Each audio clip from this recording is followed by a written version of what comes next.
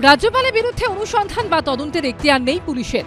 রাজভবনের শ্লীলতাহানির অভিযোগ নিয়ে বিতর্কের মধ্যেই এবার রাজ্যপালের রক্ষা কবচের কথা স্মরণ করালেন সিভি আনন্দ বোস। রাজভবনের এক্স হ্যান্ডেলে পোস্ট করা ১.৫ পাতার বিবৃতিতে উল্লেখ করা হয়েছে, সংবিধানে ৩৬১-২ ও ৩৬১-৩ ধারায় রক্ষা কবচ পান রাজ্যপাল। রাজ্যপালের বিরুদ্ধে অনুসন্ধান বা তদন্তের এখতিয়ার নেই পুলিশের। রাজ্যপালের বিরুদ্ধে কোনো এফআইআর করতে পারে না পুলিশ। রাজভবনেরই এক অস্থায়ী কর্মীকে শ্লীলতাহানির অভিযোগ ঘিরে তোলপাড় পড়ে গেছে রাজ্য রাজনীতিতে। শুক্রবার রাজভবনের ওসির কাছে চিঠি পাঠায় কলকাতা পুলিশের বিশেষ অনুসন্ধানকারী দল। সিসিটিভি ফুটেজ চাওয়ার পাশাপাশি শনিবার অনুসন্ধানের জন্য রাজভবনে কর্মরত ৩ জনকে হেয়ার স্ট্রিট থানায় যেতে বলা হয়। যদিও কেউই থানায় যাননি, তবে রাজভবনে কর্মরত কলকাতা পুলিশের একজন কর্মী শনিবার হেয়ার স্ট্রিট থানায় যান। এই প্রেক্ষাপটে রাজভবনের কর্মীদের বার্তা দিলেন রাজ্যপাল। প্রশ্ন তুললেন পুলিশি তদন্তের এখতিয়ার নিয়ে। রাজভবনের এক্স হ্যান্ডেলে পোস্ট করা ১.৫ পাতার বিবৃতিতে নির্দেশ দেওয়া হয়েছে, পুলিশ যোগাযোগ করলে তাতে রাজভবনের কোনো কর্মী গুরুত্ব দেবেন না। আমরা তো ফুটেজ চাইছি, উনি তো বলছেন কেউ রাজভবনে ঢুকতেই পারবেন না। উনি বলেন কি করে?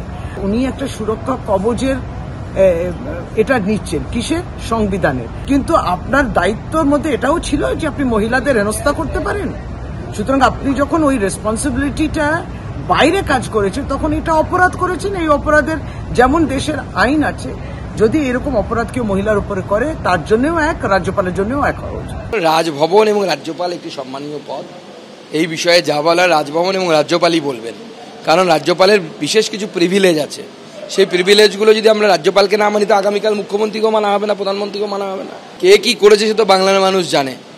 বাংলার মানুষ কাকে কয়লা ভাইপো বলে, কাকে দেখলে পরে চোর চোর স্লোগান ওঠে এবং তারপরে সেই ব্যক্তিকে গাড়ি থামিয়ে পিছনে ধাওয়া করে যেতে হয়। বাংলার মানুষ তো সেটাও বলে। রাজ্যপাল মনে করেছিলেন যে মুখ্যমন্ত্রী মহান, আর মুখ্যমন্ত্রী মনে করেছিলেন রাজ্যপাল মহান।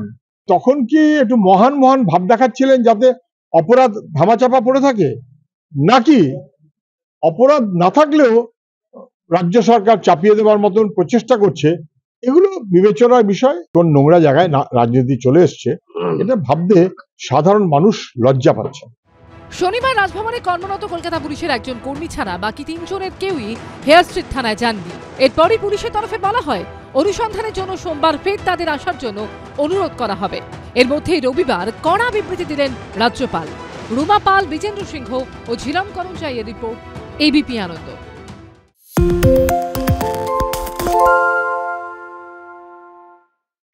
সত্য অন্তহীন, সত্যের খোঁজও তাই, সত্য সন্ধানে তাই আমরা অক্লান্ত, অকুতভয়। এবিপি আনন্দ নতুন ভাবনার প্রতীক, যা মনে মুক্ত, তথ্যে যুক্ত এবং যাবতীয় সীমানার বাঁধন থেকে মুক্ত।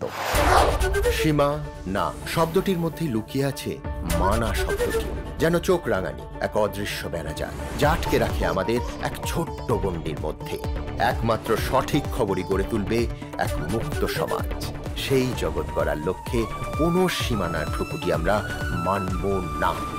এবিপি আনন্দ এগিয়ে থাকে, এগিয়ে রাখে।